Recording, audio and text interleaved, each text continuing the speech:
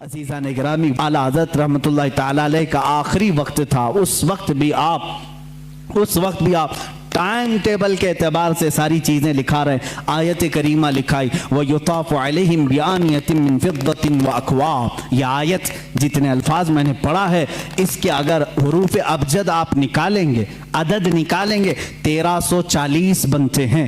اپنے بھتیجے کو نکال کر کے دیا کہ یہ میری وفات کے سال کی آیت ہے، یہ میری موت کے سال کی آیت۔ 4 مہینے پہلے اعلیٰ حضرت رحمۃ اللہ علیہ نے یہ آیت لکھائی۔ اعداد کے اعتبار سے جب جوڑا جائے 1340 ہجری، اسی سال اعلیٰ حضرت کا انتقال ہوا ہے۔ جمعہ کا دن تھا، 25 صفر المظفر، اعلیٰ حضرت رحمۃ اللہ تعالیٰ علیہ کے وصال کا دن۔ 2:38 آپ کے بھتیجے مولانا حسنین رضا خان رحمۃ اللہ علیہ فرماتے، میں بیٹھا تھا، اعلیٰ حضرت وصیتیں لکھا رہے تھے، کس کا کیا حق ہوگا، غریبوں کے لیے، مسکینوں کے لیے، امت مصطفیٰ کے لیے۔ آپ نے بہت ساری وصیتیں لکھائی۔ 1:56 ہوئے، تب پوچھا ٹائم کتنا ہوا؟ آپ نے کہا 1:56، 2 بجنے میں بھی 4 منٹ باقی ہیں۔ اعلیٰ حضرت نے کہا ان کے بڑے صاحبزادے مولانا حامد رضا خان صاحب کو بلاؤ۔ وہ جب آئے، ان کو آنے میں تاخیر ہوئی تو آپ کے چھوٹے صاحبزادے مصطفیٰ رضا خان رحمۃ اللہ علیہ، مفتی اعظم ہند، وہ آ چکے تھے۔ اعلیٰ حضرت نے فرمایا یہ کب کی بات؟ 2 بج چکے تھے۔ کہا کہاں ہو؟ بیٹھو، یاسین شریف کی تلاوت کرو اور سورہ رعد کی تلاوت کرو۔ کون کہہ رہے ہیں؟ جو آخری، ابھی آدھا گھنٹہ باقی۔ 2:38 پر اعلیٰ حضرت کا وصال ہوا ہے۔ اس وقت فرما رہے ہیں سورہ یاسین شریف پڑھو، سورہ رعد پڑھو۔ مفتی اعظم ہند رحمۃ اللہ علیہ تلاوت کرنے لگے۔ ایسے نہیں کہ آپ غشی کے عالم میں ہوں، بلکہ اس وقت اعلیٰ حضرت رحمۃ اللہ علیہ نہایت توجہ کے ساتھ قرآن تلاوت سن رہے ہیں، اور جہاں آیت سمجھ میں نہ آئی دوبارہ تلاوت کرنے کا حکم دیا، اور کچھ جگہ ٹھہرایا، کچھ جگہ معانی سمجھے، کچھ جگہ تفسیر، یہ تمام باتیں چل رہی تھیں۔ علامہ حامد رضا خان رحمۃ اللہ علیہ بڑے صاحبزادے بھی آئے، ان سے کہا کہ یہ دعائیں ہونی چاہیے۔ یاسین شریف سورہ رعد ہونے کے بعد آپ نے کلمہ طیبہ لا الہ الا اللہ محمد رسول اللہ صلی اللہ علیہ وسلم کا ورد جاری کیا، اور جو ایک مرد مجاہد اور ایک عاشق رسول کی دعائیں ہوتی ہیں وہ ساری دعائیں پڑھنے لگے۔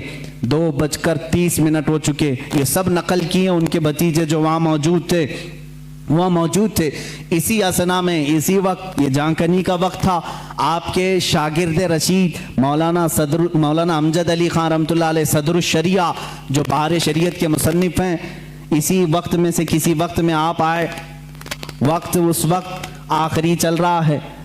وہ آئے تو اعلیٰ حضرت نے پوچھا مولانا کس طرح سے آنا ہوا؟ کہا کہ حضور فتویٰ لکھ رہا تھا، ایک کتاب کا ریفرنس حوالہ نہیں مل رہا ہے، ڈھونڈ رہا تھا، نہیں مل رہا ہے۔ اعلیٰ حضرت رحمۃ اللہ علیہ نے اسی وقت فرمایا فتاویٰ شامی جلد نمبر 6 میں فلاں لائن، فلاں سطر، فلاں صفحے میں موجود ہے، آپ جائیے۔ وہ کہتے ہیں میں جلدی سے اتنی بات یاد کر کے گیا، دارالافتاء میں آیا، کتابیں نکالی، فتاویٰ شامی، جہاں اعلیٰ حضرت نے فرمایا 6 جلد نکالی، صفحہ نکالا، سطر نکالی، وہی وہ عبارت لکھی ہوئی تھی جو مجھے صبح سے نہیں مل رہی تھی۔ فتوے میں لکھتا رہا۔ ادھر 2:38 ہوئے، اچانک آپ کی پیشانی پر ایک نور چمکا۔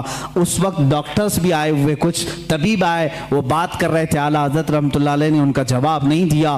مفتی اعظم ہند حجت الاسلام رحمۃ اللہ تعالیٰ علیہما دونوں نے کہا کہ یہ اب اپنے رفیق اعلیٰ سے جا ملے۔ اتنی سکون کے ساتھ، اتنے آرام کے ساتھ۔ لوگ کہتے ہیں کہ موت کی شدت، موت کا درد بہت زیادہ ہوتا ہے، لیکن جو جلوہ رسول دیکھنے میں مصروف ہوتا ہے اس کو جانے کا احساس بھی نہیں ہوتا وہ کب دنیا سے گیا۔ اسی لیے میرے عزیزوں، اعلیٰ حضرت رحمۃ اللہ تعالیٰ علیہ جنہوں نے عشق رسالت میں اپنی زندگی تمام کی، پہنچے وہیں پر جہاں حضور اکرم صلی اللہ علیہ وسلم کی خدمت کی تھی۔ اس لیے کہ میں اسی دن کی بات کر رہا ہوں، 25 صفر المظفر، 25 صفر، آج کا جو دن گزرا 25 صفر جمعہ کا دن ہے۔ ملک شام کے ایک بزرگ ہیں، وہ فرماتے ہیں دوپہر کا وقت تھا، میں سویا ہوا تھا جمعہ کے بعد، اور میں قیلولہ کرتا تھا دوپہر کے بعد۔ میں نے خواب میں رسول کریم صلی اللہ علیہ وسلم کی زیارت کی، میرے آقا صلی اللہ تعالیٰ علیہ وسلم کو میں نے دیکھا اپنے روضہ اطہر کے باہر۔